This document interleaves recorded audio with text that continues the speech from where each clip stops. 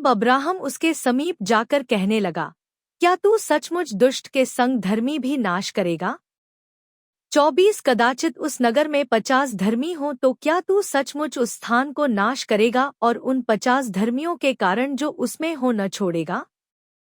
25 इस प्रकार का काम करना तुझसे दूर रहे कि दुष्ट के संग धर्मी को भी मार डाले और धर्मी और दुष्ट दोनों की एक ही दशा हो। यह तुझसे दूर रहे। क्या सारी पृथ्वी का न्यायी न्याय न करे?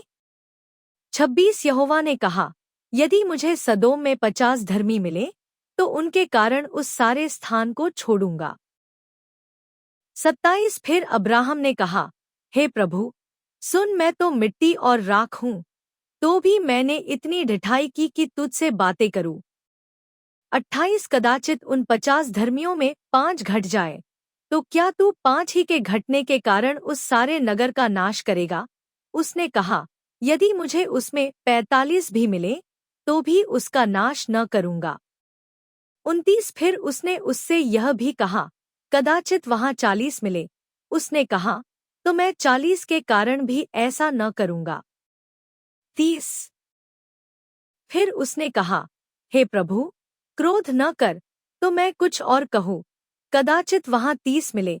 उसने कहा, यदि मुझे वहाँ 30 भी मिले तो भी ऐसा न करूँगा।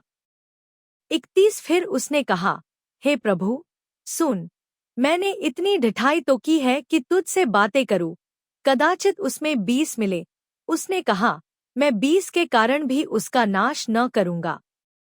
32 फिर उसने कहा, हे प्रभु, क्रोध न कर, मैं एक ही बार और कहूँगा, कदाचित उसमें 10 मिले।